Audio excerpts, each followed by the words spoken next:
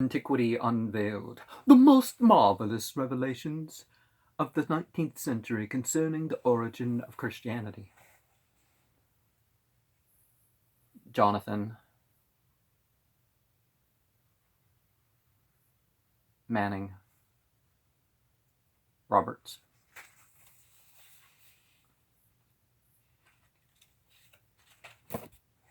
Velleius Paterculus, a Roman historian. I salute you, sir. My communication here today will be a continuation of what the previous spirit set forth. I was a soldier under Tiberius. I was also a historian, and during my campaigns wrote most of the notes from which I constructed the history of Rome and Greece after my time as a soldier had expired. In my travels from 25 to 36, I closely observed the forms and ceremonies of the religions in each country I visited, and I also took great delight in examining the ruins of antiquity. And I found upon those ancient temples and tombs exactly what I found at Rome, the religion of the sun.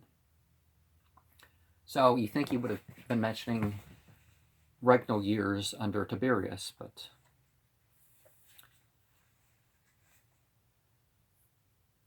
upon the oldest ruins in Phoenicia and in the Palmyrene Desert, also in Sicily, Egypt, the Isle of Cyprus, and Greece, and throughout the then civilized world, all religions could be unlocked by one key, and that consisted of the signs of the zodiac. He who understood how to use this key rightly could confound all the priests who were then living. This was the leading idea of them all. But of course, even as one of these signs had some particular symbol to represent it, so each one of them had their followers or worshippers. In Egypt I found principally two signs, which seemed to be the leading ones. They were what are called Taurus and Sagittarius. Taurus and Sagittarius, the bull and the archer. In Greece, the ram or lamb and the fishes seem to be the leading signs. In Rome, the sign of the lion, for which was substituted the eagle, and Aquarius, for the man pouring water. All these signs were to be found upon the tombs and temples of my day.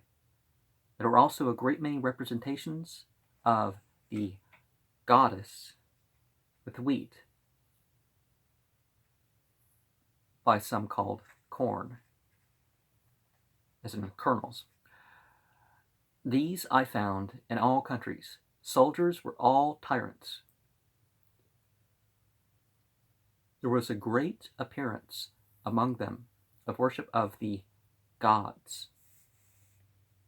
But in reality, there were very few who believed them.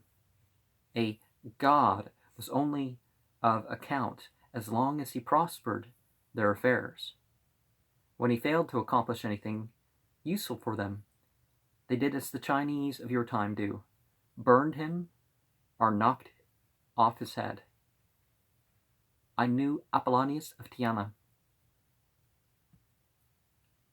I knew also his disciple, one Damis. I saw them at Alexandria. He there taught in the different temples, but I was so busy as a soldier that I had not much time to listen to philosophy. This was about 36.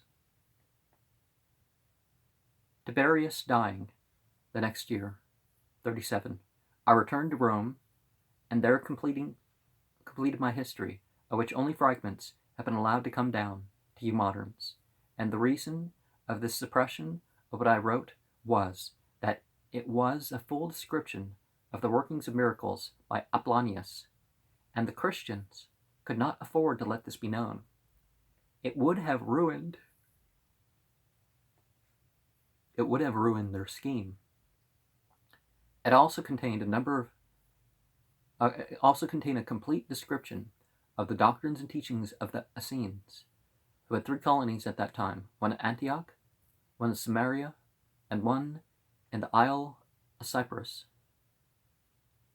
I have now stated all I can that will be of much benefit. I will have to spell my name Velleius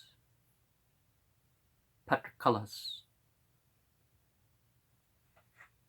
Refer to Smith's Dictionary of Greek and Roman Biography for the account of Paterculus. And so we look back here and see certain prejudices about the Chinese and certain overstatements that, well, first of all, do these gods really do anything for us anyways? We evoke ourselves into having changes, and whatever people worship tends to be credited. And that a lot of that is wrong, crediting, that these things are credited for things that they don't do. It's just that you're praying to such and such, and therefore such and such gets the credit for the good or the bad, and maybe you desert such an entity if things don't go your way, which if it was a true God, of course, its way is going to be how it is. And that the Chinese are just going to whack off your head or burn you to death or something if they, if you seem unuseful to them. If you're an enemy to them, but I don't think it was ever the case that, no, we can use you. Oh, well, no, we can't use you. Kill him.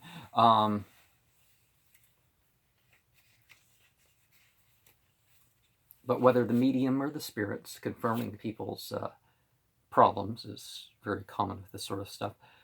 Again, the imputation of his lack of fidelity as a historian in the history which comes down to us, the spirit of Paterculus returns to confound his traducers by stating that it was not until after the death of Tiberius in 37 that he left his military occupation in Egypt and went back to Rome to write the history which mainly gave him his historical fame.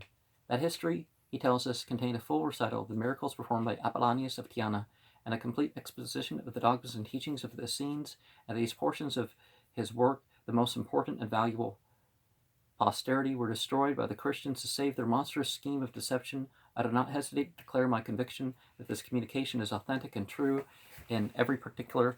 Who will say the graves are not giving up their dead and the judgment day drawing near? And yeah, we don't know when the end is coming, but we know it's coming for us soon enough. So, prepare for your, live each day as if it's your last, and also live like you're going to be around a while.